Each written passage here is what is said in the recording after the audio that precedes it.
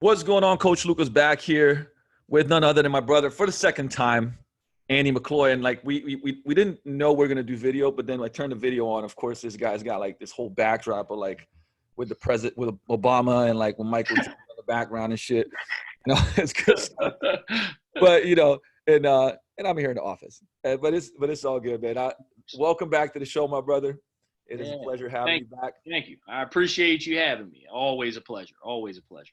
And we kind of chatted a little bit what we're going to talk about because it can go a lot of different ways. But us being, certainly like we're usually texting and talking to each other probably about every week right now. Yeah. Just about everything that's going on in the situation, how we're handling it, and I brought up obviously like how right now a lot of the podcasts that we're doing is about these principles of, let's just call it principles of overcoming success in life and business. So I'm going to start with the life part. And I know you took a huge kind of, both in your coaching when it comes to coaching clients and your business clients as well, to get people to be centered and focused and to be able to operate, which is a really important thing. And like I said, I say in times like this, but let's be real. Yes, this is out of the ordinary, but every day, every week, every month in life, if you're a business owner and if you do anything, you're going to, deal with shit and adversity and fires and everything else. So, step number one is like be able to lead and control yourself before you can lead and control others, teams, organizations, so on and so forth. So I wanted to kind of like dig in on, just the thought process for yourself. What are some of those principles in life, not only that once again, that, you stand by, but also you mentor others on. And like, I know that you're a person that leads with your actions and behaviors. So, what are some of those things that like pop to your mind? You're like, oh, these are non-negotiable things that, as an entrepreneur, as a human being, as a coach, you got to have. Yeah. The number one thing is taking care of my physical capacity. I think that is something that, I think everybody in our industry should be heavily focused on, but when threats appear, sometimes that's the first thing to fall off. So for me, I've been actually training harder during this time than I was before. It's almost like, I'm training for a war. I'm training for battle. And that's not just what I'm doing in the gym, but I've really dialed my nutrition in. I've found some real gifts and not being able to frequent some of my favorite restaurants because it forces me to cook. I'm down from 191 to 181. I see abs and I like that. I'm strong. And that's everything for me, man. If my physical capacity isn't at its highest level, I'm going to be more likely to feel stressed and have difficulties dealing with the uncertainty that's wrapped around all this. Man, you know what I did want to touch on this. And even though like, I didn't necessarily want to make this I would say super deep kind of training podcast, but I want to share some, and people ask me like, what do I do? And what do I think? And it's kind of some of it, like what I do, I don't want to coach people on because I'm a little nutty, Sure. I'm a little out there, but yes, you are. But what are the things, that on a weekly basis, my thoughts around, especially now, when we talk about longevity and, feeling good as well, like what are the things that are, in a week, if you kind of break down strength training, any speed or power stuff, your conditioning, your aerobic cardio, mobility, like, man, just run me through that a little bit because I am, we haven't talked about this for a little bit, but, I'd like to get a little bit more insight, but then also you share with others. And, for anybody that doesn't know, like Andy's had a double hip replacement and like he looks, and I've known Andy for a long time and like while his hips were beat up, it affected him on a daily basis. And now, I can't say the number of how much better you feel, but yes. I remember I saw, knowing you for a decade, over a decade, that, what is it, like right after hip surgery, the first time I saw you do a static lunge 90-90, I almost shed a fucking tear. Right. Right. Like, but that's why I wanted to bring that up because, I think it's important for people to know that you dealt with a lot of, I would say pain and like on a daily basis, not being able to sleep, not being able to like, squat to full depth and just do basic, shit. But you worked around it. And that's why I bring it up because sometimes people will go like, well, you guys, you live in the gym and you know, this is what you do. And it's like, man, it's not like that. Like there's a lot of stuff going on around it. Like, man, I've had a massive, you know, back injury that I have to be mindful of, and that I'm, you know, good now, but I have to be mindful of, and you have a double hip replacement. But that's why I wanted to bring it up. Like, what does a week look like for you on average that helps you be strong, get leaner, feel better? Like I said, it's not just like, hey, meathead swole and, you know, crush myself, but hey, like look, feel, perform great to have that physical capacity that you're talking about. Yeah. So, I mean, right now, my training week usually starts on a Monday, and that is primarily a strength training day for me, and it's my main squat day. Like you mentioned, I've got bilateral hip replacements, and I still haven't recaptured a squat that I'm happy with. So from a loading perspective, it's a lot of isometrics and a lot of patterning work for a bilateral squat pattern. But I spend a lot of time now doing unilateral work. Like you mentioned, I couldn't do a lunge or a split squat for years. Yep. So regaining some competency in those patterns is really important. And even though that is a squat day for me, there is kind of an upper body auxiliary and core package bolted onto the end of that. And every single day right now, I'm doing 30 minutes of long, slow duration cardio. Yes. Okay. I'm gonna touch on that a little bit. Yeah, every day. And I've been doing, for example, Monday, I'm doing basically 3-minute intervals. So I'll spend 3 minutes on an airdyne, nasal breathing, 3 minutes on our ski erg, 3 minutes on our rower, and 3 minutes on a slide board. Trying to all nasal breathe. That's the conditioning I'm doing on Monday right now, all aerobic parameters, but relatively higher heart rate.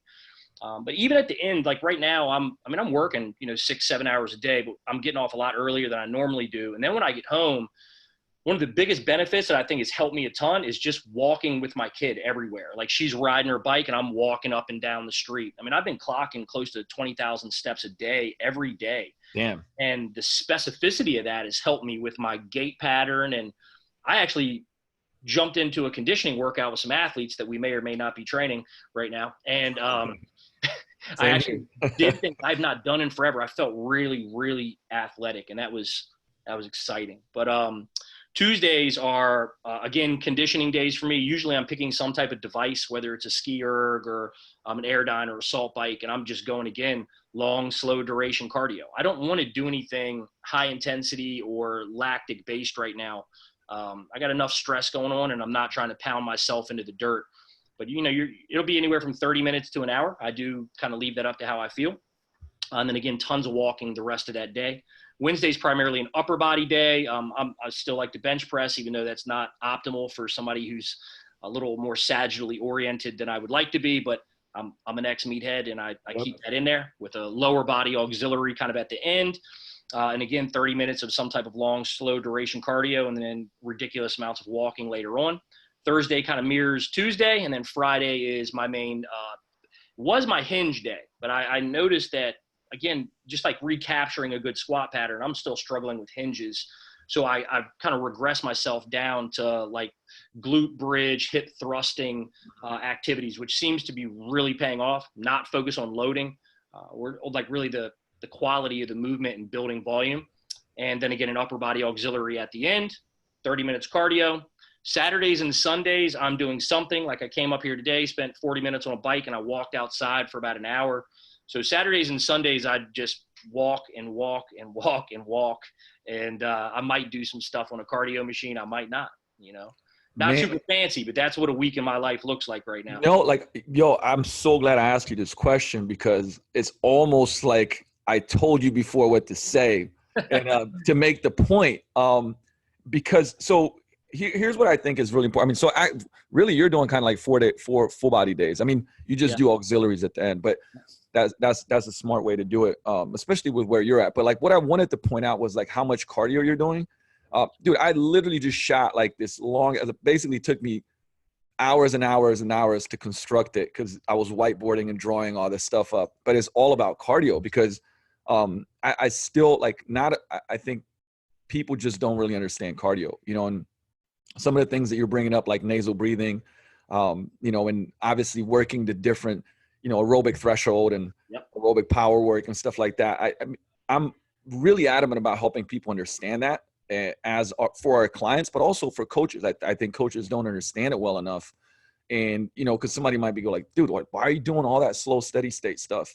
Because it builds your aerobic base, and it's so powerful. And first of all, recovery, it helps with everything else. Like when people are like, yeah, but what if I want to get, you know, buffer? Aerobic base will help you. Trust me, you'll recover faster. What if I want to be faster? Yep, that too. Like it helps with absolutely everything. And we don't have time to dig into that. Like this next week or whatever, that video, it's like an hour-long video I'm dropping on YouTube explaining some of this stuff. But you do two things that really, really help you, I think, probably mentally too, which is with the walking, which is another way to just build your aerobic base. Like it helps you clear things out in your head, listen to stuff, podcasts, audios. That's what I try to do every time I go for, you know, walk through the park, which is about 45 minutes. And then, like I said, then slower, steady state cardio that builds that aerobic base. But same thing, it's not stressing your system. And one of the things you said is like, there's a lot of shit going on right now. You strength train, you got stress from obviously like dealing with what's going on in business, what's going on in life. If you do tons of high intensity stuff, you'll get beat up. And trust me on this, it's absolutely true. And you'll see that you should only be doing, and this is if you're kind of like intermediate at, you know, 10 to 20% like true high intensity work. You know, if people understand what true high intensity work is, like we're talking about like 80-85% plus percent of your max heart rate.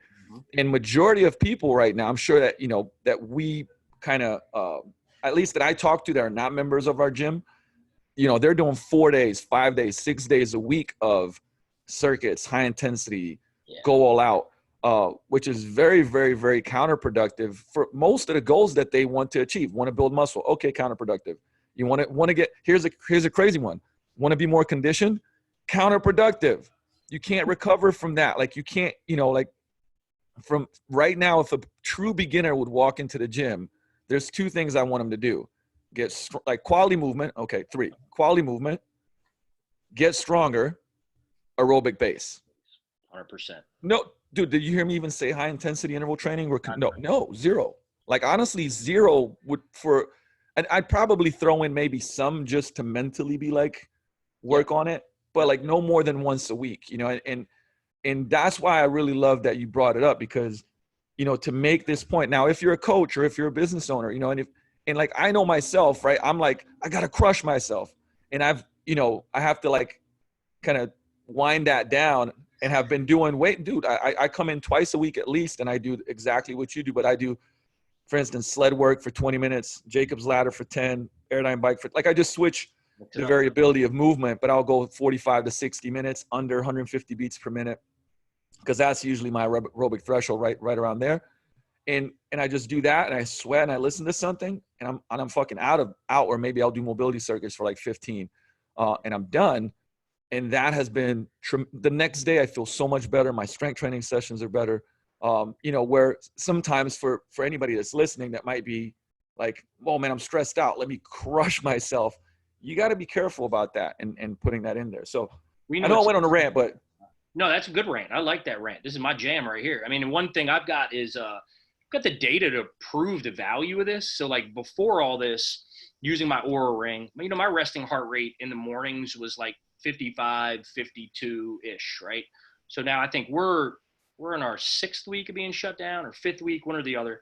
My heart rate data in the morning is now like 42 beats per minute, 44. You dropped so that. I've had a nice reduction, and it was funny. That's huge, dude. It's a big deal. Yeah. And my HRV's gone up with that, but resting heart rate's a big indicator for me, and never has my resting heart rate been that low. So, I mean, it's obviously having a really positive effect. And I think mentally I've dealt with the stress of all this going on pretty well. And I would say that's a large part of it is, you know, just making sure that I'm not overstressing my body and training with my ego the way I would have done when I was 25, 26, 27.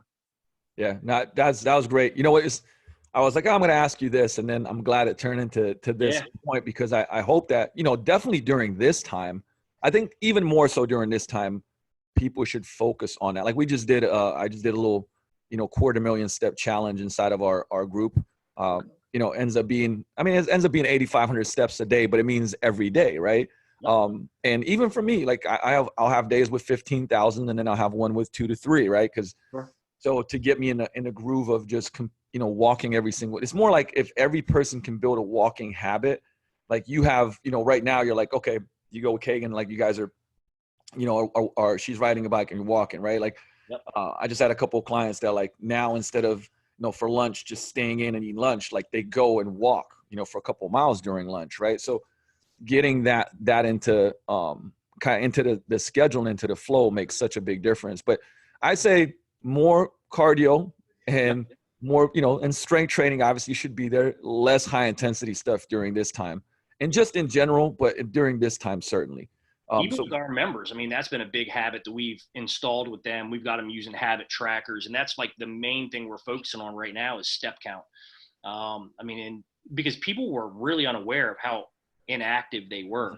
And for people that don't have a device to track it, we're just saying like 3 10-minute walks a day. Like we don't care. If you don't have a way to quantify your steps, cool. But 3 10 minutes of walks a day are going to do a lot of good for your body as a whole.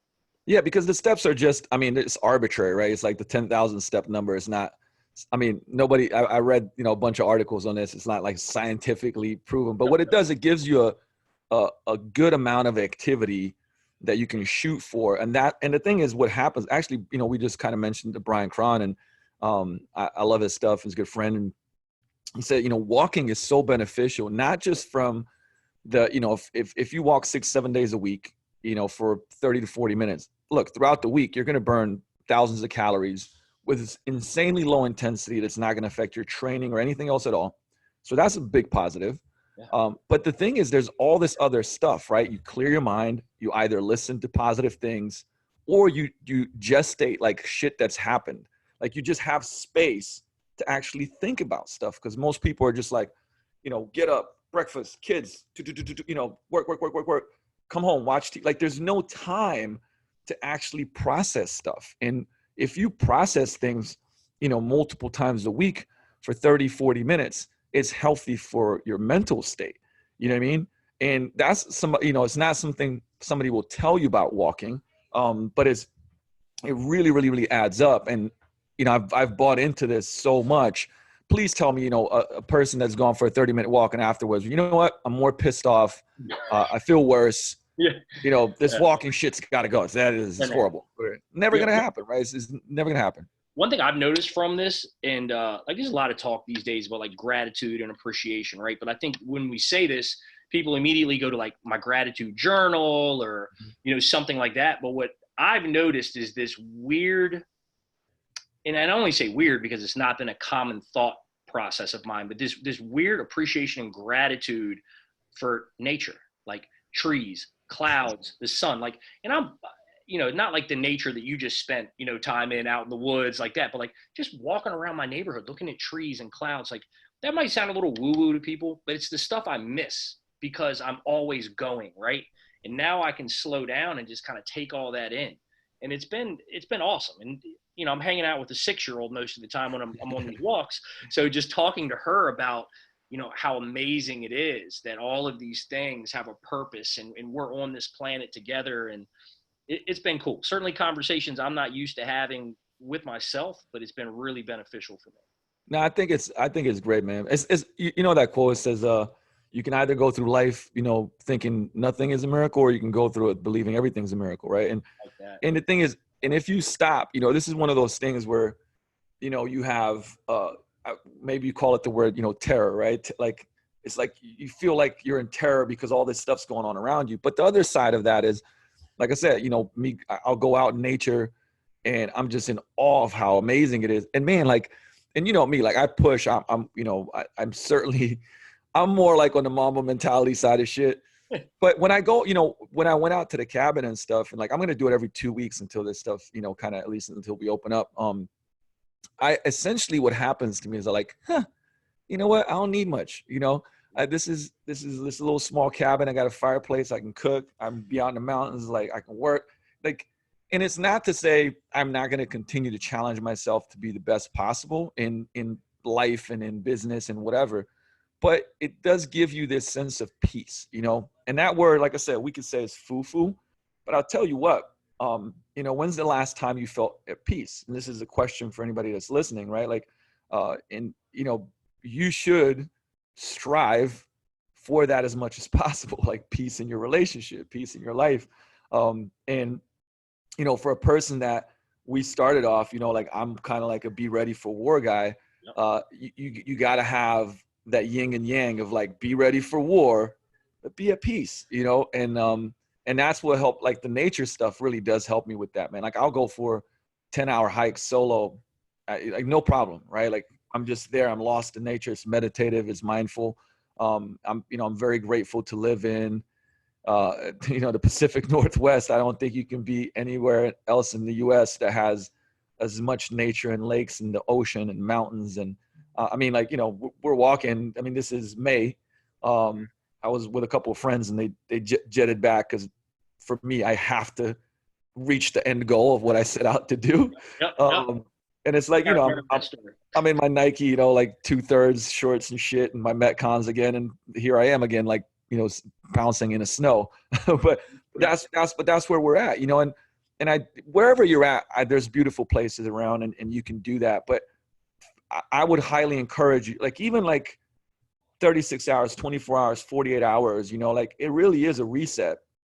And I know, and it kind of plays into maybe some of the things that you're going to talk about and that we're talking about, but you have to find ways, like you got to find your yangs to your yings, right? Like, and this is coming from a person that like, I was one way, you know, all out, crazy, go, run through walls, majority of my life, you know, and I still have that, but what I've found so much more powerful that can get exhausted if you don't have the refuel side. So you got to find what refuels you, you know, like, hey, what refuels me is like, man, when we hang out, you know, and like I said, going to see Jay, like whenever we meet, whether you're here, I'm there, we go to events together, we go on trips together, laughing with friends, you know, taking some edibles and going for a walk into outer space or whatever else, you know, but like reading, you know, like there's all these different things that become that yang to the yang, right? Or the other way around. And I feel like you have to be conscious, like you have to actually write shit down. Like you can't just guess it. Like you have to, just like if I ask you, hey, what's your marketing plan? And you're like, all right, look, we're going to do this. Okay, cool. What's your recovery plan? Like what are the things that you go to and what are you going to do daily, weekly, and monthly to reset yourself? And I think it's different for everybody, right? Like, you know, we're probably a little bit more, you know, high strung and some people are a little less and some people need more of this and less of that, but everybody needs that. And you got to figure out what it is for you because you're going to operate so much better if you do.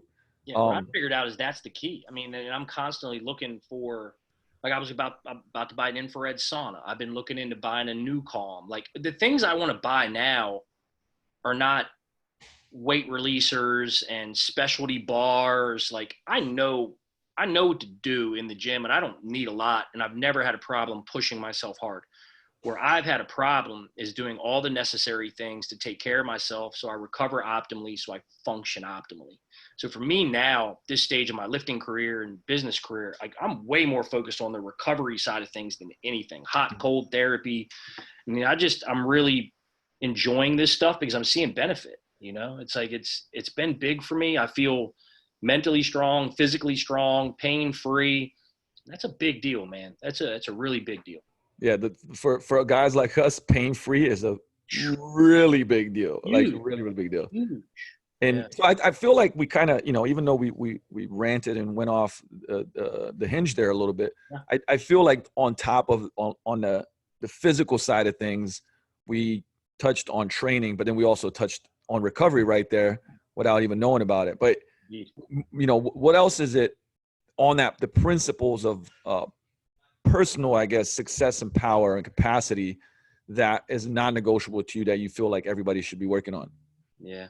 I mean, I think there's these certain foundational habits that I have in my life that set me up for a win every day, right? So whether we're talking about meditation or we are actually talking about journaling, those things set me up for big wins. They're huge for me.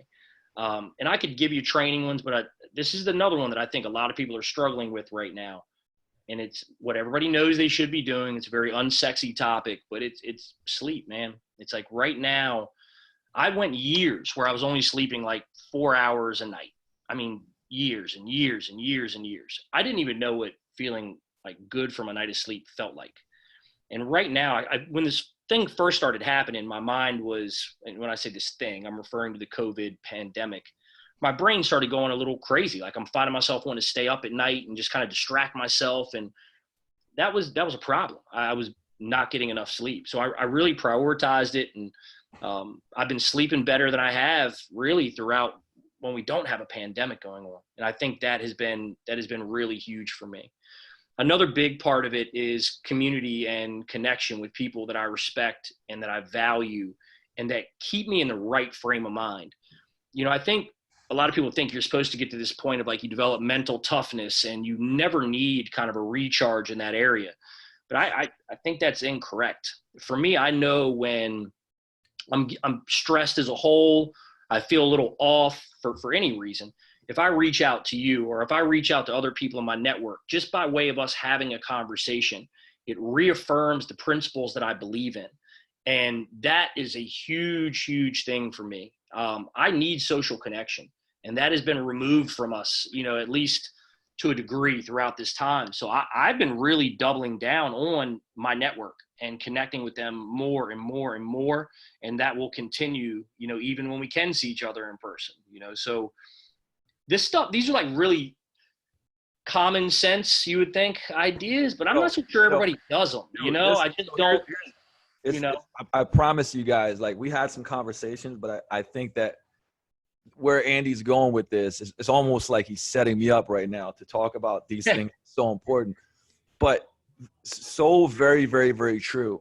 How often do, in this time, do you start losing your shit? Like, cause there's times where I'm like, dude, like, is this really fucking happen? Look, did they just, oh my God, and just having a conversation with somebody, sometimes to vent a little bit, to reframe where you're at.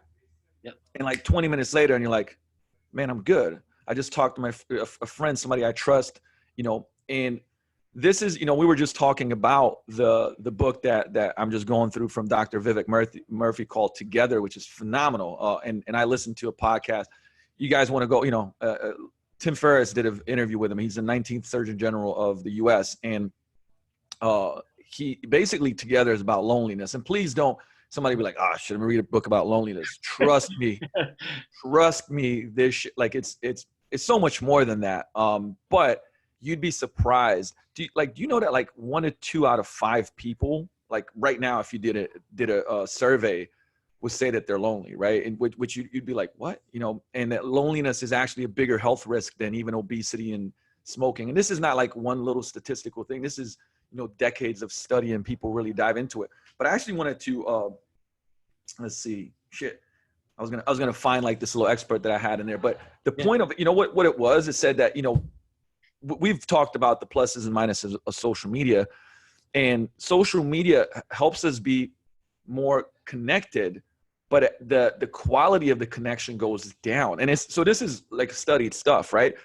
This has even been shown that if I find out a ton about you on social media and then meet you, our connection will actually be more shallow. Wow. But if we like meet somewhere and then we go through like the little bit of a rough process of getting to know each other and find out more about each other, our connection is way, way, way deeper and healthier. And like I said, they're doing so much study on this stuff, and it shows that, we need that challenge, right? We need the challenge in a relationship, and challenge might be like, hey, just figuring out more about you and finding out like what's going on in your life and spending more time together, maybe having some disagreements and like talking over those disagreements. And so that's what's missing a lot of times, is that skin to skin, face to face, the work, right? Like, and I think it kind of parallels anything else, that like you appreciate it so much more when you work for it to build this, relationship up. And it makes us feel way more connected. And being, like I said, connectedness is health. And so when you talk about these things, somebody might be like, oh, well, shit, like, how is this going to help me? Well, dude, like, let me ask you this. How much time per week do you spend talking to people that you are inspired by, you're connected to, you appreciate? Maybe new people that you don't know as well, but you want to, get to know them better. Yeah. Like that is such a big part of success, mental and emotional health. And you gotta, you know, I do, like, at the end of the week, like if I look at my calendar, I'll be like, oh, okay, podcast with Andy, or like call with Andy. I just talked to Jay. DeSanti just hit me up and was like, dude, I got to ask you a question. Let's get on the phone tomorrow. Cool. Let's do that. Right. Like we're doing, you know, multi-screen stuff and, you know, having some fun with it. But like, if I have more of that in a week, guess what? At the end of the week, I'm less stressed out. I've probably got more shit done, been more productive. I'm just happier, straight up, you know, but here's the deal. But not if I answered 150 DMs, that doesn't make me happier. You know what I mean? Like if, you know, like if it was all text message and if it was like, I got a shit ton of likes or what, like that doesn't deeply fulfill me. But man, having this podcast with you, I'll feel way better afterwards. You know what I mean? Like, getting on a call, like my pops usually calls me on Sundays, talk to him for 15, 20 minutes, see what's going, like that's going to make it better. Right.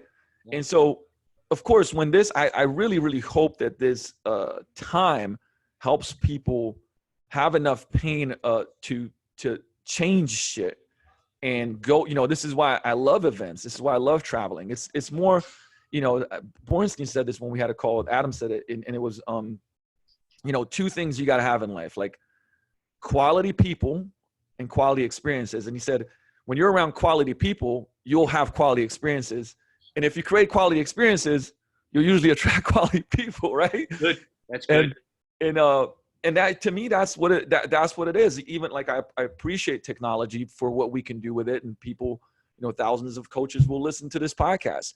Yeah. Awesome. Like I love it. You know what I mean? Like we put stuff out, and to be able to educate, we're able to connect through times like this. But I think that it gets better the more that you take away that tech, right? Like if we break bread at dinner, it's better. If we're in the mountains together hiking, we're, you know, around a campfire with friends, and, you know, like that stuff just enhances all of the connectedness and reduces the loneliness. And I could probably do a 5-hour podcast on the book, you know what I mean? Yeah. But one thing came to mind from another book that I'm sure you've read too. I want to attribute to this book, but Ryan Holiday's Ego is the Enemy. And he talks a lot about how it's important to have people in your life that you are going to seek, you know, wisdom and advice from, people who are kind of your peers, who you're sharing. There's that reciprocity and exchange, and then people that you're mentoring. And that's kind of what I've done over this time, is I've kind of bucketed people into 3 groups in my mind. And I'm trying to mentor my business coaching clients, my staff, my friends, my family, people around me. I'm reaching out to guys who I'm peers with.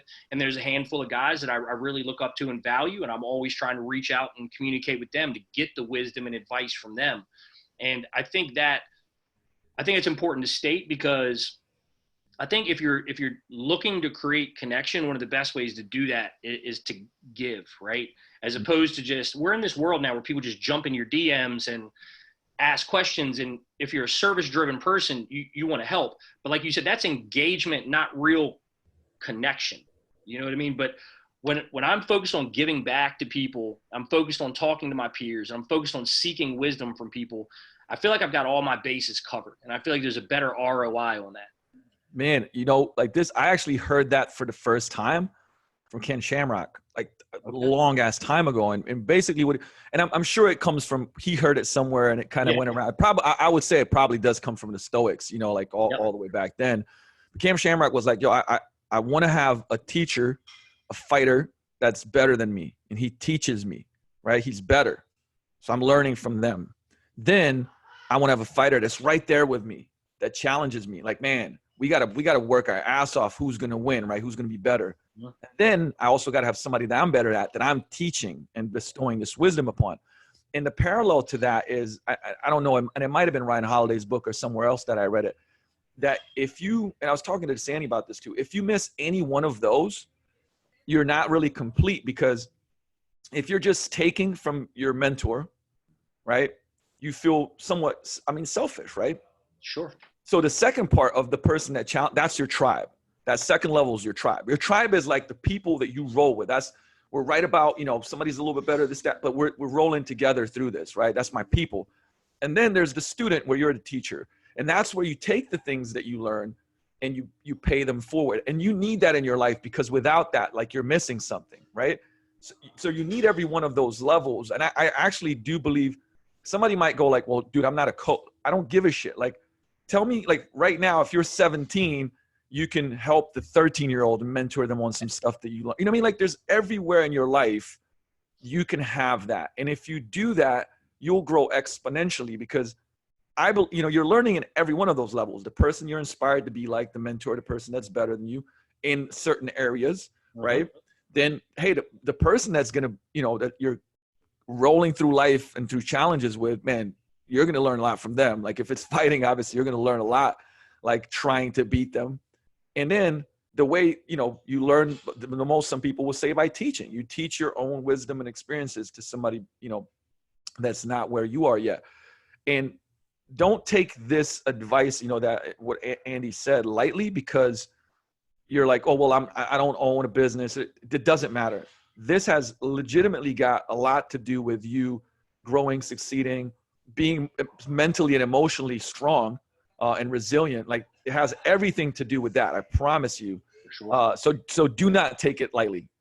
Yeah, man. I mean, I think it's a really important thing. And for me, the paying it forward part, in helping people that I can mentor and that I can help guide through this is so important to me, because we all have a path, a journey, and a mission. And for one reason or another, I've been through a lot over the 40 years I've been on this planet. I've been in some deep holes, some dark places, self-imposed, others imposed on me. And I know how to get out of those holes, right? There's some old quote where it's like a guy's down in a hole and somebody comes over and tosses him a rope and he pulls it and they fall in, and then they give him a ladder and it's not tall enough. And then the guy comes in and jumps in the hole with him. And he's like, what are you doing? Why'd you jump in the hole with me? And he's like, well, I've been down here before. I know the way out, And it's like, that's kind of, I think it's a really important thing. And even if you reflect on your life and you don't see like real tragedies that you pulled yourself out of, you still have gone through things that you have experienced and that you can pay forward and help others with right now. And whether it's our clients, whether it's other coaches, whether it's our families, like people need strong and powerful voices right now. And I think that's why, like we mentioned before we started recording, I think you had such a great idea to double down on these podcasts and keep feeding people, because people need to hear this right now. Whether or not the podcasts are done in person or not, I'm not so sure matters right now. I think visually the optics, of course, that's cool, and people can have a deeper connection maybe watching in that way. But people need to hear the stuff that's being shared by the guests that you're bringing on right now. They need really powerful voices. And look, the thing is, I'm sure that whoever you feel is like the epitome of success in your industry or your field, whatever, right? Like, look, I'll tell you what, I watched it as much as, even if I say his name right now, I might get some backlash, right? But like, people are shitting on Bill Gates. But since he's from Seattle, and it's an easy example because he's one of the most successful business people on the planet, right? Hey, listen, he goes off and he reads books and he listens to podcasts, right? Like, and yeah, he's Bill Gates, right? Or, if, Kobe, whatever, like he was always studying stuff. Yeah. My point being is that they have times where they need knowledge and inspiration, right? And so, like, listen, like everybody needs it. Like I go for a walk and I listen to stuff, and I might be listening to, like I said, an audiobook from Ryan Holiday, or like I was saying that last night, I'm cooking, listen to Ray Dalio for like an hour, you know what I mean? And then I'm reading for another hour. And like, what is that? Like for me, that is, sometimes I'm in a place of, a dark place, or I'm a challenging place, or I'm struggling with a problem that I can't solve. Yep. And those things, like they're mentoring me, right? I'm collecting role models, man. Like, and you can do, of course, the best way to do it is face to face, skin to skin, creating that connection. But we, like today, the technology that we have allows us to go for a walk and be mentored by, fill in the blank, right? Ray Dalio, or, John Berardi, or whoever else it is that you're like, oh man, I really want to learn from that person. And to me, that's been like the whole, the book and the podcast thing. I just look at it a different way, right? I just look at it in a way. People go like, you read so much, you do this so much, you do, and my thought process is, you're putting this in a box and you're saying, oh, like I'm blocking out XYZ amount of time for reading, and how many words per minute do you read? And it's like, no, I'm just getting mentored. I'm just getting guided, I'm getting educated. So maybe if it's a book that's more technical about, I don't know, marketing or training, to me, I'm like, the equivalent of being in a lecture is just through a book. You know, if I'm listening to a podcast about the principles of marketing, you know, like, man, I'm being mentored, right? That's what, if I'm listening to somebody overcome something, same thing is, yes, it's not the same, but partly it's kind of like this guy sitting across from me and he's like, hey, Luca, when I was in a dark time, just like you are right now, man, it was tough. It was challenging. Here's what happened. Here's what I did. Yeah. And so I'm basically evolving every time I, you know, read the words on the page when that hits my ear. And you got to think about it. Like, what are you allowing into that, you know, into that brain of yours, man? Like, what are you fueling it? Yeah. I mean, what are you fueling it with? Because it's like, listen, if you go and you already know, like, you know, if you beat your body up, give it shitty foods, inflammatory foods, you eat like crap, you eat too many calories, you don't sleep enough, man, that's the fuel you're giving this machine, this, you know, this flesh vehicle that we go through life with. And man, I tell you what, it's kind of like putting a shitty seed in the soil and then not watering it, not doing, you know, it's a crappy environment. You're not going to get quality, I would say, harvest. Well, it's the same thing. Like I look at it that way and I go like, yo, listen, what am I putting in here, man? Like, that's going to make the best harvest, you know, later on down the line. And so I think that's a different kind of approach versus, because I'm sure you get the same thing, right? You ask somebody like, maybe you should read 20, 30 minutes a day. And they kind of categorize it like, oh, okay. And it's like, yo, listen, you do whatever you want, but hey, do you want to get mentored from the best people in the world for almost for free, you know? Guess what? Yeah, absolutely. yeah. It's just like, you just got to read it, you know, or you got to listen to it, right? Like, I think that like, if you reframe that, because that did change in my life, you know, and you know, our first podcast episode, which if you haven't listened to, you got to go back and listen to, because we talk a lot about our journeys and adversities through life. And, you know, me and Andy both have a lot in common on the side of, you know, doing street stuff and being in crime and, you know, and going through a lot of challenges. But guess what? Like, what made me almost rewire my brain, a lot of it was the people and the books and the audios, and like that was a huge part of my change. Yep, 1,000,000%. That stuff has changed me. It's the people in the books, right? It's the people in the books. I've talked about this before, so if anybody listening has heard me talk about this, but literally I remember living in the projects down in Indian Head, Maryland, and I was working at a Gold's Gym in Greenbelt, Maryland, and a client had given me Tony Robbins' book, Awaken the Giant Within, as a gift. And I had no intention of reading the book. Like, I was, oh, thank you, you know. And I went home and I remember sitting on the couch and I was doing what I did a lot back then, drinking and smoking. And I kind of caught the book out of the corner of my eye, and I went over there and I grabbed it and I started reading it. And it was like a couple hours later, I'm blown away by the idea that values drive behavior. And if I can align my values with what I want, I have a very good chance of making that happen. And I don't have to be the type of person I was. That was life-changing for me. Now, it took me decades or more to actually really live the way I wanted to live in congruence with those values. But if I had never read that book, I wouldn't have even had the awareness. Like, it was almost like Tony Robbins was in my living room mentoring me. And I do think that is what people miss from reading these days. It's almost like, you know, books become popular, everybody talks about it, and then everybody reads it just so they can say they read it. Yeah. Right? It's like, oh yeah, well, I read that. But like, what did you get from that? And that there are voices during these times that are really powerful to go to. And I find myself going back to a lot of the same people, you know, during these times. As a Man Thinketh is like, it's the first book that I grabbed when this pandemic happened, because I wanted to be aware of what I was thinking. And I have awareness that what I'm listening to and what I'm around impacts that, right? So I've become very judicial about what goes in my ears right now, even to the point, I hate to admit this, because I'm like the biggest hip hop fan in the world. And listen, I like the extra ignorant shit. Like, I really like the hard, ignorant hip hop, right? But like, I've even quit listening to a lot of that right now, because I would notice this, like, this place it would take me to, this aggressive, angrier version of me that when I was younger, I would use that to bully my way through things. But that came with consequences, right? So now during times like this, where I've got to be a leader, I've got to be stoic. I can't be aggressive and angry. You know, it's like, I may be able to do it a little bit, but that shouldn't be the state that I function in, right? Like Correct. I Yes. use that for power when I need it, not because it's the only power I know how to pull out of my body and brain, you know? So that's a very, very important point, you know?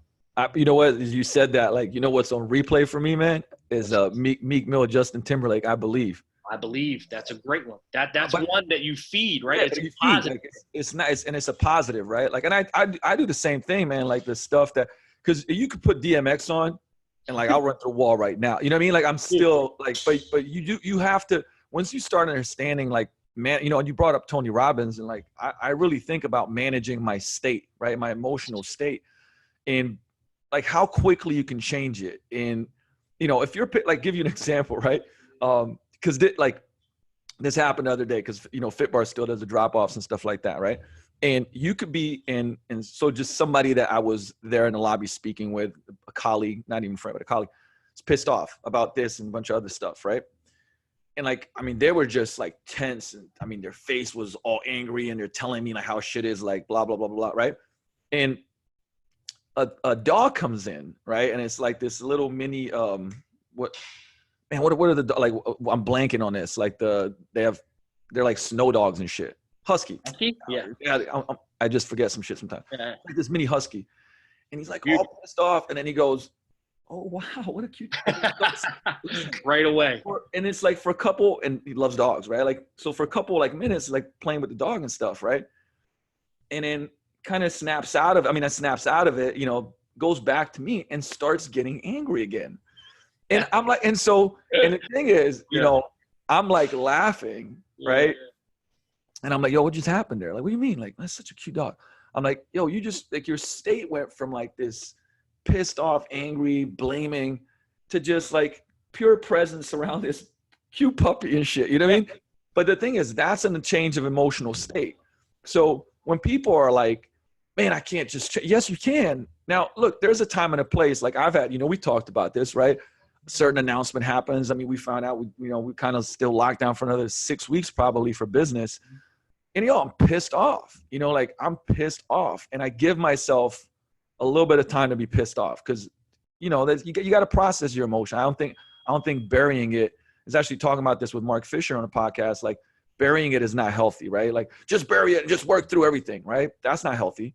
But here's what's not healthy at all. Like this is even less healthy, is ruminating on it and letting it become like, you just kind of go down a spiral. So what you do is, I've trained myself to feel it and move forward a lot faster. But it's like, but I'm going to choose I'm going to change my state. Now, changing my state might be, fuck it, I'm going to go get a workout in.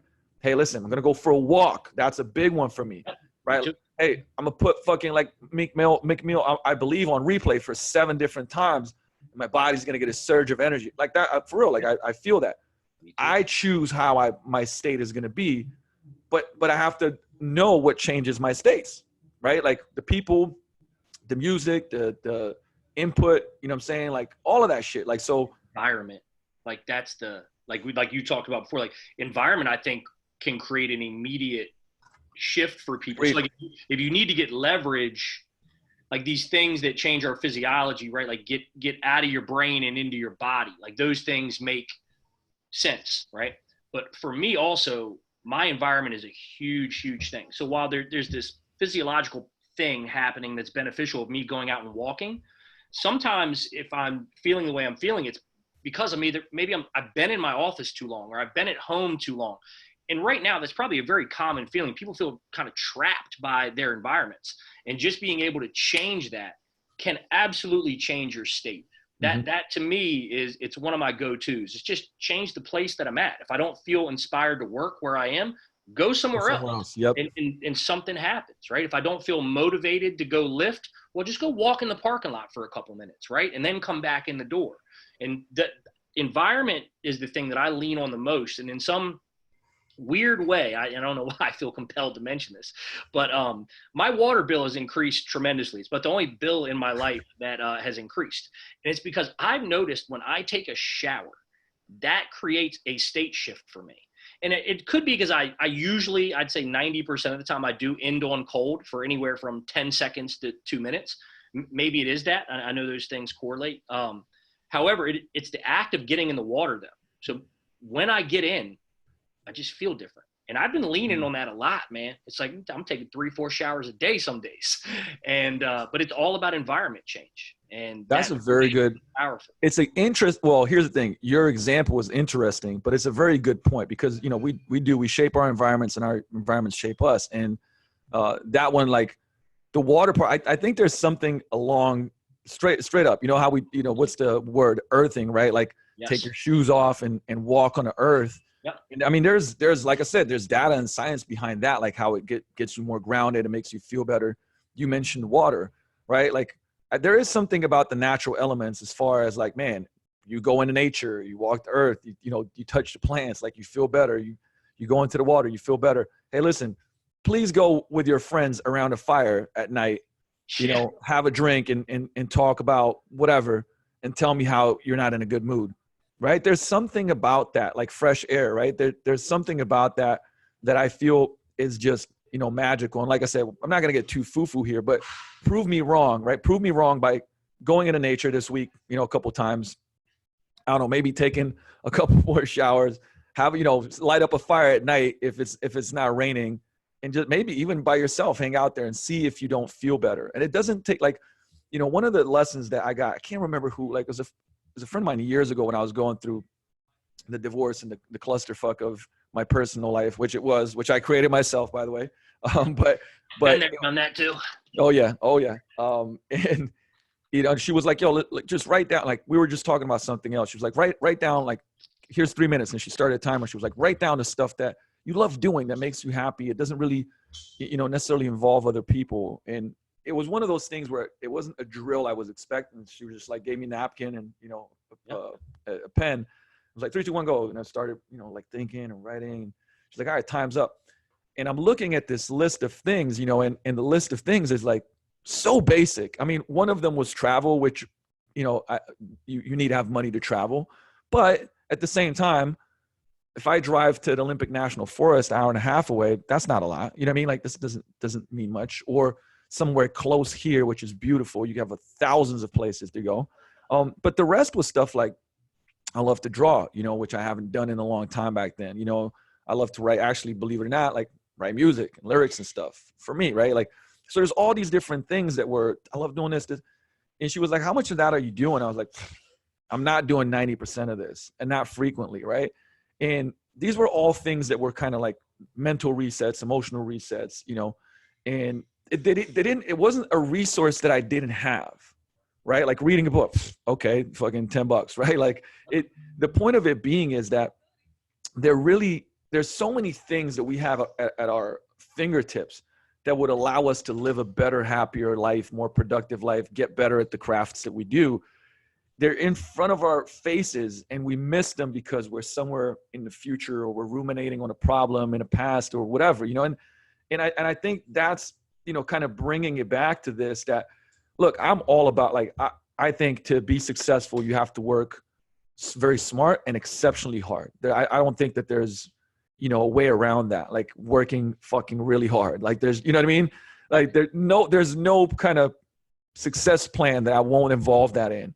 But the smart part to me, which I had to learn through a lot of mistakes and pain, was giving yourself grace and going like, dude, go for, you know, take a break, do this, do as much stuff in your life, the great experiences that make you happy and peaceful and what, you know, so that you can work harder and more focused, so that you can train harder, right? So that you can then recover. And so like, you got to have that.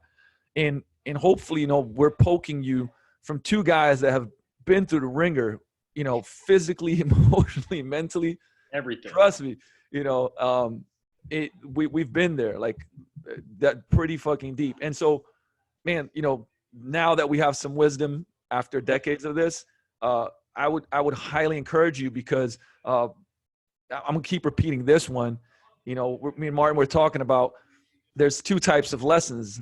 There's expensive lessons and inexpensive lessons, right? The expensive ones are the ones that we have to learn ourselves through a lot of pain. Yeah. And guess what? You're going to continue to have those, but why not have more inexpensive lessons when you're like, oh man, Andy and Luke are both saying XYZ, I'm not doing it. Maybe there's something to it. Yeah. And then you don't have to get it through the pain, and you can just implement it into your life and move forward. You know what I mean? And so, man, there's a lot of things that honestly, like, I wanted to touch on. There's one thing. Okay.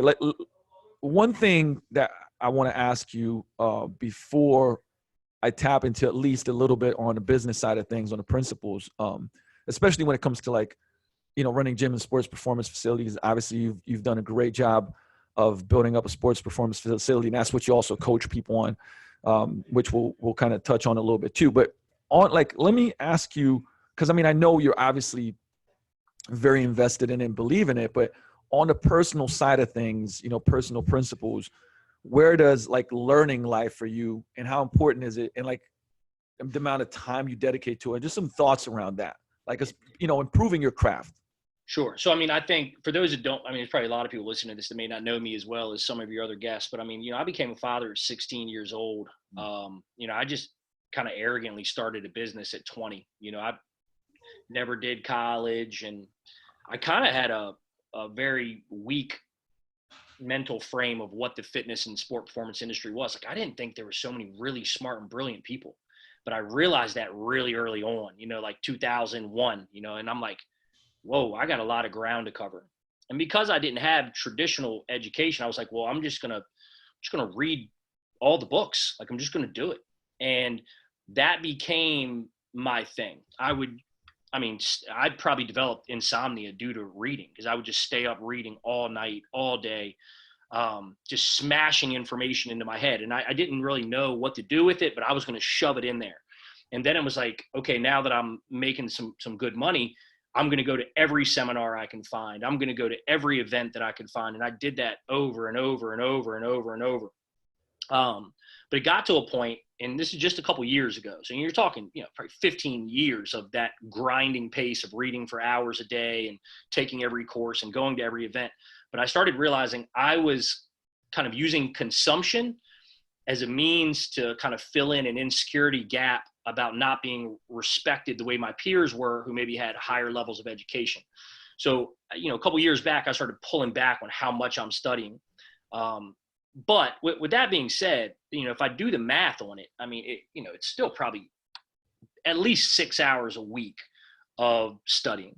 And, like right now, listen, I've been studying nutrition for forever, but during this time, I decided I was going to do another nutrition cert, and there's a hormone cert. And so I'm now plugging gaps, and I'm being a little bit more intentional about what I study, but there's a daily commitment to it. And I think that is really important. It's something I preach over and over to people, is that I really believe in that idea of Kaizen. That's one of our values, BCI. It's one of my personal values. And it's something that, like, I will live to the rest of my life, man. It's just have a daily commitment to educating yourself, and not just in your career and your vocation. I think all the other things that ancillary support your development in that area is important too. Man, so the reason I ask it, because every single person that, has achieved things that I would say other may be looking up to and going like, hey, I want to, build a business. And you've been in business for, almost 2 decades. And same thing, I'm, decade and a half for me. And like, you'll see this kind of line running through it, where every single person just, especially at the beginning, just put in so much work. And I would say, like, man, I probably put in as much now as I did before, but like you, I had an insecurity, right? And I think a lot of people do, right? The imposter syndrome, and some people don't, but for me, definitely it was like, the only way I knew how to get ahead was just outworking people. And it's like that quote or analogy is like, hey, if you study an hour a day, within 3 years, you're a national expert. Within 5 or 6, you're a world expert. I spent like, put it this way, for a decade before I became a coach, I probably did 3 to 4 or 5 hours a day sometimes. Yeah. Before I ever, became a coach. Yep. Then when I did, I can't even remember. It was basically like I slept 3 hours a night, not recommended. But that was my, same thing. I just train people all day, train myself, and then just study and write, and it like 18 to 20 hours a day. That's all it was, 7 days a week. And and I feel like, I'm not saying that like that's because I think I overdid it essentially in some ways. But you like part of your daily practice, like you said, must be getting better at what you do. Yes. I don't, now that can change, right? There's like the ebbs and flows of life where, hey, you know what? You've studied training for 10 years straight and nutrition for XYZ straight. Man, you got to work on your communication. You got to work on your coaching skills. You got to, oh, you're starting a business. You know what? Now you got to go 70-30 and study business more and marketing more. And 30 is you're training and keeping up with that, right? Like, and it ebbs and flows. It's not the same, but no matter what, you know, if that, like, I believe that for me is a competitive advantage. It really is, like, meaning it's like, if you study, you know, like, I don't know, I'm still, like I said, Jordan mentality. Oh, you're going to study for 30 minutes. Well, I'm studying for 3 hours. Like, I'm just going to 8X your shit. And like, that's how I'm going to get better at this stuff. And if you don't have a practice of educating yourself on the things that you want to get better at, and that can be a personal thing too. Like, hey, if your relationships aren't going the way you want to, and you want to work on that, dive into it. Like, get a mentor, a coach, a therapist, like whatever. Like, you should have daily stuff that helps you become better in that area. That is an absolute fucking non-negotiable. I have to curse there because it's like, I gotta poke that like into your head that there's no way that you're going to be as successful as you want to be if that's not a part of your life. And I don't care, if you're like, oh, listen, I don't care how busy you are. I don't care what's going on in your day. Like, if you don't make time for that, you're not serious about being great at what you do, period. That's right. Period. What comes to mind is what, like Mark Fisher's Time Ninja course is really good, by the way. I can give Mark a plug while I'm on this. But one of the things that he talked about, and I've heard other time management experts say this, is that like everybody has time, because it's not really about time management. It's about managing ourselves, right? And I think a lot of people use being busy as an excuse. And I raise my hand because I've been there, right? Yeah, absolutely. Me too. We use being busy as a reason to not do the things that we should be doing and that would probably give us the biggest ROI. And I think one thing that you already touched on that is important for any business owner to hear here is, and this is one of the first things I tell our business coaching clients, is that you probably know enough about training. Like, you probably know enough. Like, seriously, like, what you may not know enough about yet is business and communication. That's where you should spend your time, because everybody knows a trainer who's got a full book, who couldn't name the muscles that make up the quadricep, but he's got a full book. He dominates, right? And it's because he's really good at the communication side. And I wouldn't always say the business side, but he understands the hustle associated with that. Mm-hmm. Whereas guys in our industry will spend, literally, you're 15 years into your career. If you're still reading about periodization, you either didn't pay a lot of attention early on and you're trying to recapture some stuff, or it's just like mental masturbation. I got to be on top of this new periodization model so I can have the conversation with the guy at the urinal at the next event I go to, so I can make him know that I know the stuff that everybody knows.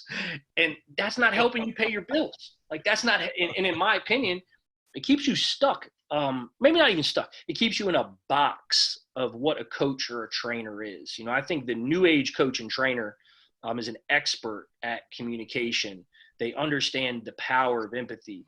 They are competent in sales and marketing and training, and equally so. Like, I think it's one of the things that's always impressed me about you is that, like, you can go really deep with training and you can go really deep with sales and marketing. And when we first met, that was one thing that it's a lesson I've taken from you, is that, like, I knew a lot, and I put that in quotations, about sales and marketing then, but I knew way more about training. And I was like, okay, I've got to level up in those other areas. I understood it, but not the way I understood training. And I think that is a much better use of any business owner's time than picking up the newest, latest, and greatest training book or manual.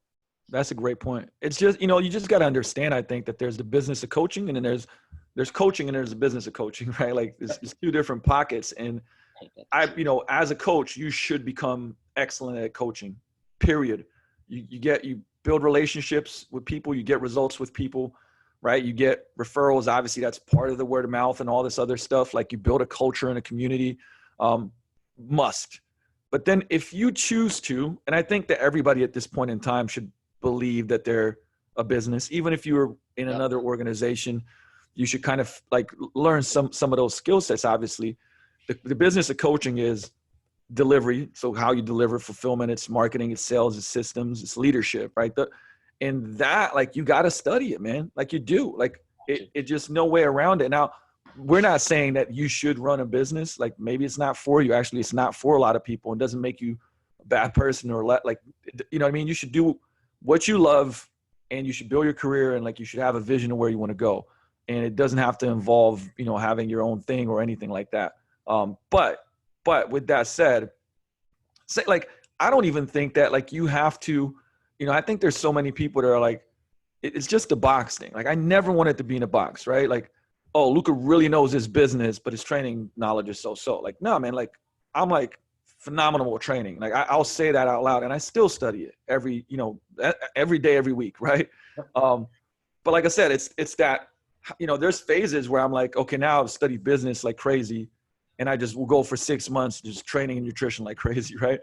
It just ebbs and flows. But the thing is that every day I'm applying both business knowledge, I'm training knowledge, all of it, because I am doing it. You know, it's like I get it and I apply it with my team, with my clients, with business coaching clients, whatnot. So as long as you're applying it, like you really are now getting that wisdom. But you don't have, like, why would you have to be, imagine being put in a box, right? It's like, oh shit, take Elon Musk or whoever, right? Like, oh, you can't just make spaceships for 90% less than NASA. Well, fucking, I just will, you know what I mean? Like, I'll do it. Right. Like, I mean, that's the kicker. And I'm thankful that a lot of people, they were like, well, dude, you got to choose one or the other. I was like, nah, fucking, I don't. Like, I'm going to do whatever I want. You know, that's the Luca rebellion. I'm going to do whatever I want. I'm going to study 2 hours of each every night, son. You know, but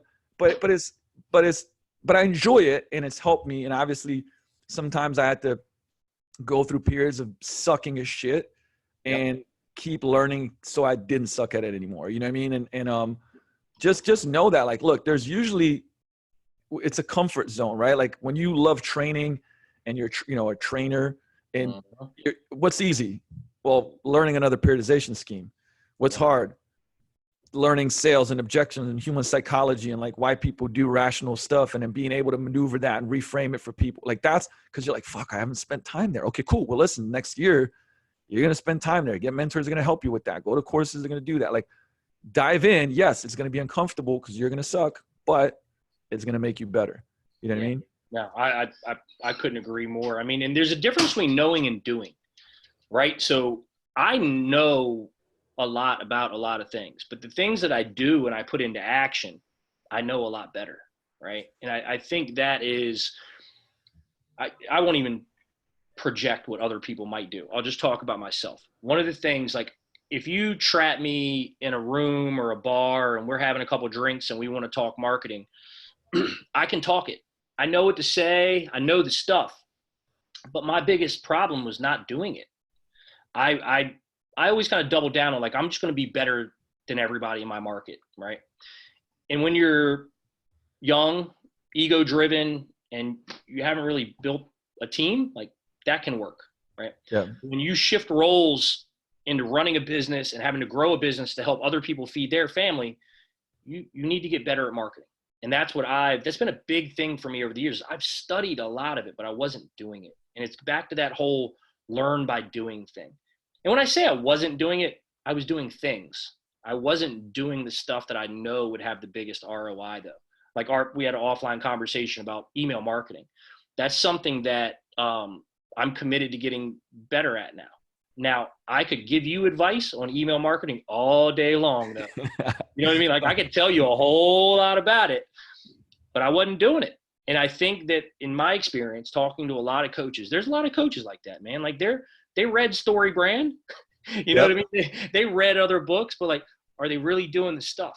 Yeah. And I think that is the juice, is like learning is so important, but making sure you know what to do with what you're learning is even more important.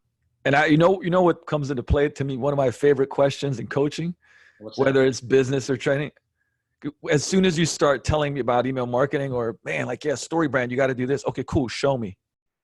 Right. Okay, great. Show me. And it's like, well, right? Like, it's like, no, show me, right? It's like, oh no, I've been doing really well this week with nutrition. Okay, cool. Show me. Yeah. Right. Like, and the thing is, and then it's like, well, I haven't built the site yet. I haven't wrote the email yet. I haven't launched the ad on the funnel. I have, right. Like, you know what I'm saying? Like, but the thing, because one of the first things that you said too was like, hey, every morning I'm going to write for 30 minutes. Yep. Even if it sucks, even if I'm not going to send it out, even if that's how you take the thing, like, which is for you, the outcome that you wanted is start email marketing consistently. Right. So the behavior that you have to put into place that you figured out was write 30 minutes every morning.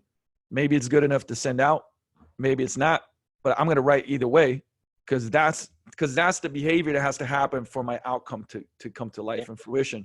So I'm glad because we transitioned into the business principles, which I enjoyed. And I'm glad that we kind of went there with it because the thing that you want to, so whether it's like, man, like not enough people know about me. Okay, cool. What are you currently doing for people to know about you? Yeah. Okay. There you go. So in 10 seconds, you can't figure it out. You're not doing anything. Right. Yep. But it might be like, look, there's a million ways you got an email list. Okay. Email that list. Right. You want to build an email list. Okay, cool. You can still go on Facebook, on IG, podcasting. There's a lot of different avenues for people to become aware of you. But remember, step number one in business is like fucking make people aware. Yep. You exist, and then that you have a solution for a problem that they have. Like that's like box number one, right? Yep. Like, and hey, I'm like an example for Andy's business is like, okay, listen, I'm not fast and agile and strong enough. Like I'm getting beat up on a field, and I want to make the team, and I want to excel, and I want to go to college. Example, right? Okay, great. Well, listen, if you want to go into our 30-day trial program, that will help you, even those 30 days, improve your technique, get you stronger, faster. You'll see these outcomes. And then most of the people stay with us because we show them how much better they get. Like, hey, try us out. It's whatever, 197 and then blah, blah, blah. Right? I'm just making shit up. But the point is, the kid goes like, man, shit, I got nothing to lose. It's money back guarantee. If I can get better, man, because like I hate feeling this way. Everybody's beating me up. I'm slower in the first step, right? Awareness, number one, that you exist. You got a problem, that you got a solution for a problem that they got. Okay. Now, of course, we could dive into the technicalities and tactics of that like crazy. But my point is like, who even knows about you on Google, on YouTube, on Facebook, on IG, face-to-face, locally doing workshops, seminars, going to schools, doing free stuff. Like, yo, get your ass out there. But the thing is about social media and about, the media platforms that I believe is really a media platform of you that we now have, with this little device here. I have my own media platform, my own TV show, my own this is a radio show. Yeah. I mean, this is the Vigor radio show, right? Like YouTube is the Vigor Luca, TV, right? Like you have the possibility of stuff that used to cost tens of thousands of dollars a month to do it for, not maybe, you're going to have to use your time and yeah, you're going to have to invest some stuff, but make people aware and like solve their problems before they ever come to you to solve their problems. I mean, that's a little inception based right there, but hopefully, we grasp that reality. But that's majority of the time, the problem that I see is one, people don't know who they're talking to. Yeah. And they're not even talking to them. Yeah. Right. Like if I Google you and a lot of stuff doesn't pop up, that's a problem. You know what I mean? Like straight up. Right? Right. I mean, that's where the shit came from. Like Google me, you know what I mean? Like, yep, 100%. But I think that's definitely one of the things that like my like the three ways that you can build a brand is, you essentially want to help people, like you want to inspire, educate, or motivate. You know what I mean? And inspire, educate, or entertain. That's the three. And you can mix those up. But that's how you essentially build a brand, right? Like you create content that solves problems, that inspires, educates, or entertains, right? Like, and you could be educational and entertaining, which I think is great, right? You can be inspirational and entertaining. You could be like, there's a lot of different ways to do it, but just know that I'm a big fan of the face-to-face, skin-to-skin. I think there's, guerrilla marketing. And we know businesses that do well, that like do very little of that, but first of all, would I recommend it? just that? No, I think you got to have both. I think you got to have both. And it would be crazy for me not to, I go to sleep and the next day there's, tens of thousands of views on the videos I put out, right? Like tens of thousands of people saw something that I did and most likely and hopefully got value from it, right? You can't, why would you not do that? That's crazy. But what, I'm sorry, did you want to? I don't want to cut you off, but there's a good point to that. And again, reflecting on my own experience, I built my whole business off word of mouth initially, right? So I had one pole in the water. It was get in front of everybody, and that's that. Then when I started learning about digital marketing, and I got busier and I hadn't delegated certain components of the business to people yet, I started trying to do the digital marketing thing. Well, that wasn't as successful because I pulled my face-to-face pole out of the water a little bit and I just focused on the digital, right? That was a big mistake. I think doing both of those things is so, so important. And where we are now as a business, I haven't had as much time to go out and do the face-to-face stuff as I did in years past because I'm running a business, right? Well, I know now that's what I have to go back to. We now have our poles in the water for digital, organic, paid. Like we're doing our thing. We've got a message that our entire team understands that solves the problem of our different avatars and all that stuff, right? But now I realize still one pole in the water is not enough. I've got to go out and recapture that face-to-face contact. So I don't think that either is right or wrong. I think the answer is like you got to do both. You got to do both. You got to do it all. Yep. Because I think that like take any example of where two things need to be in place to work, and if you take one away, it doesn't fully really work. Yeah. I think that's the same scenario because you gotta, obviously right now we can't really shake hands and kiss babies much, but like I'm on a Zoom with the Chamber of Commerce, setting up 2 different programs and challenges for when stuff opens up. I gave them an idea for a rent and health summit, which involves other businesses and coaches, by the way, right? So it's not a scarcity-based thing like bigger. It's like actually involving 11 other gyms and kind of fitness businesses because I think this is especially a time where you want to help each other and lift each other up. But that's to me, that's still the brick and mortar kind of way of shaking hands and kissing babies right now. But like, the community stuff, the charity events that we do, the being involved with the city and like legit going to different businesses and like connecting with people, like that stuff is still real and has more value now, I believe, than it ever has. Okay. So, and then when I say that, somebody might go like, oh, Luca's saying, yep. But on the other side, you will notice that I create more content than certainly anybody in this state as a fitness business. And there's a reason for that too, because that's part of building the brand and the social proof and, the platforms that allow now us to launch some other things that make the business healthier, different revenue streams and things of that nature. But don't get it twisted. Like at the core of it, I want to be able to go to every restaurant and be like, hey, Mike, what's up, man? Like, how's stuff going? Like, hey, how can I, Adele, like, hey, I'm going around and it's like, I truly am invested in the people in the community.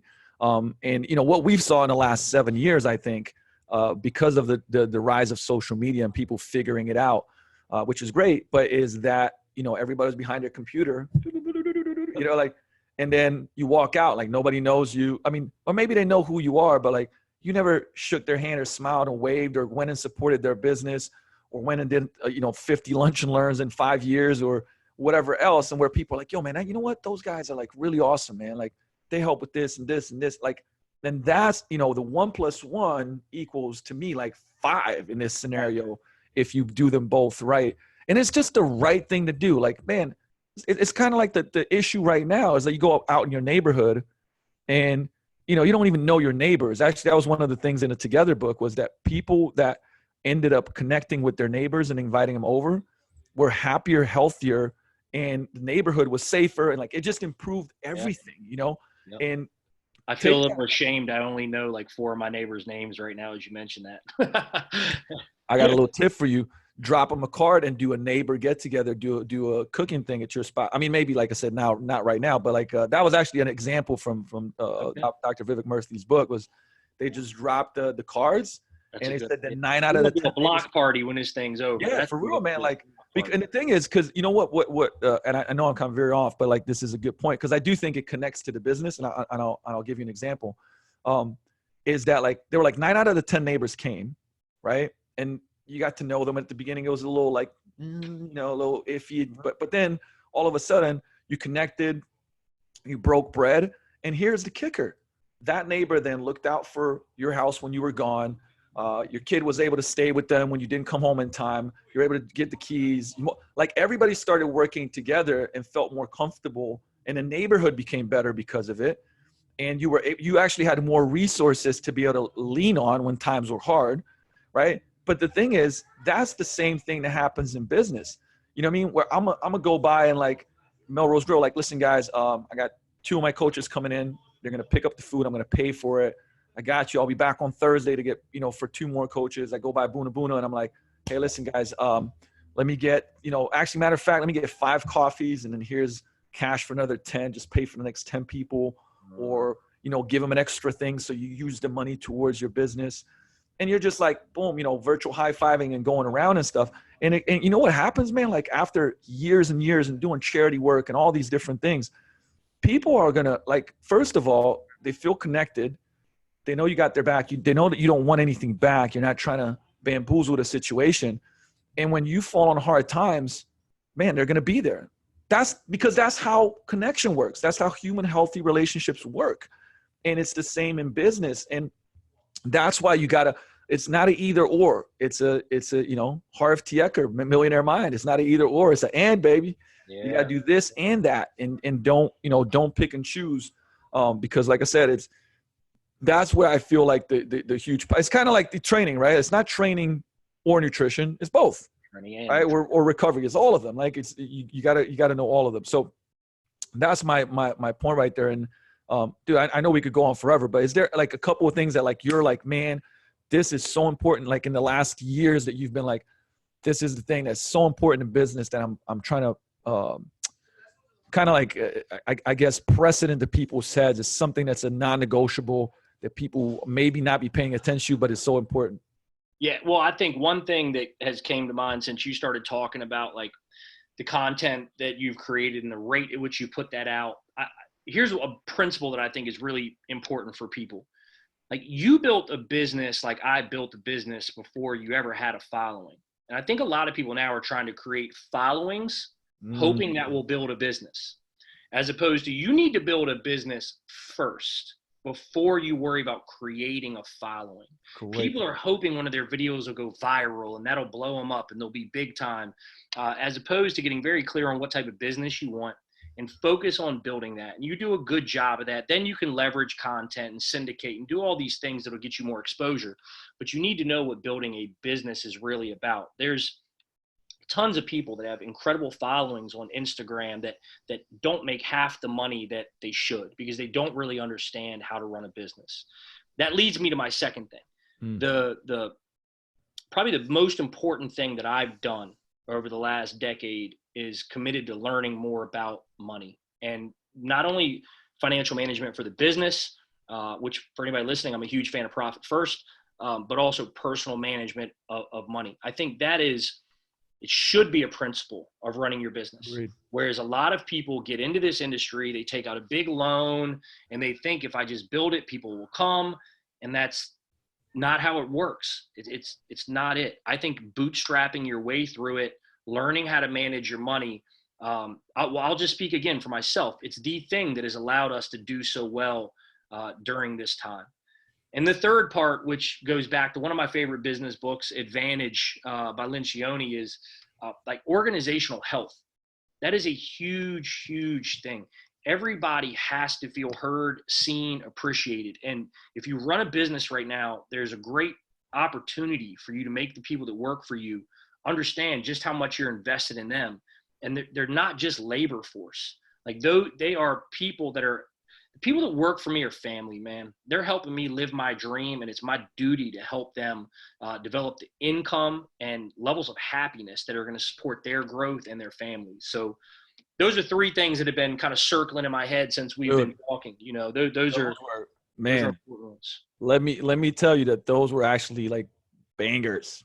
I appreciate that. No, straight up, man. Those were such big principles, man. Like, it's great to finish on, but like, I certainly on each one of those points. I'm glad that you brought that up, because I want to share and say, first of all, when I started really doing social, I mean, I've been doing social, YouTube for like 11 years or something like that, and Facebook for 10.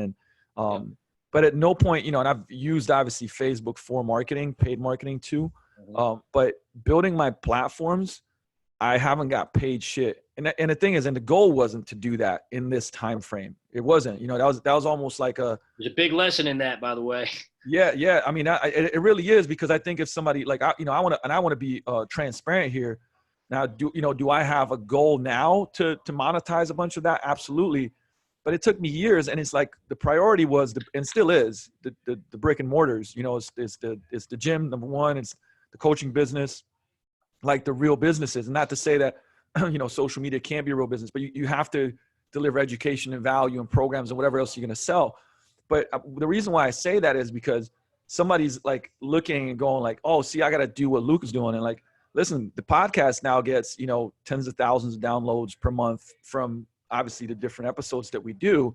And it's, it's not like the biggest or whatever, but it's doing well. But here's the thing. Do you see any sponsorship on here yet? No. Right. And the thing is, maybe that's dumb for me, right? Cause I've had some offers, but I just can't do anything that's not in integrity with what I believe in. But once again, this is to me like building the brand.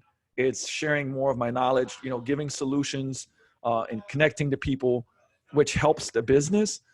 But if you're in industry, like I just want to make sure that and you understand that like this is not the thing that like pays the rent for me. You know what I'm saying? Like and Right. serves and pays my team, and this is something that's been years in the making, so that we can build on other business on top of it. And actually to go back to what you said, organizational health is so that I can serve my team more, so they can get paid even better, not working as much in the gym.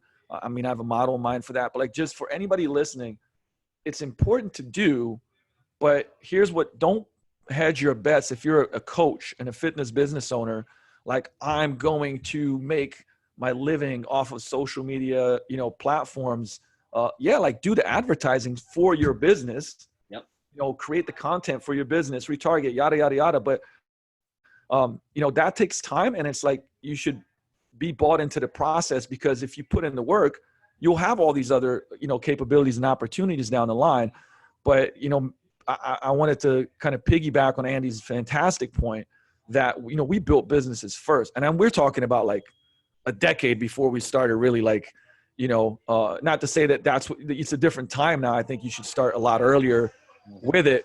But just remember what's the most important thing. The most important thing is obviously your personal, mental, physical, emotional health, but then it's like your team that serves your clients and your community. So those four, like you, your team, clients, community, right? And partners, right? Like that's how it works.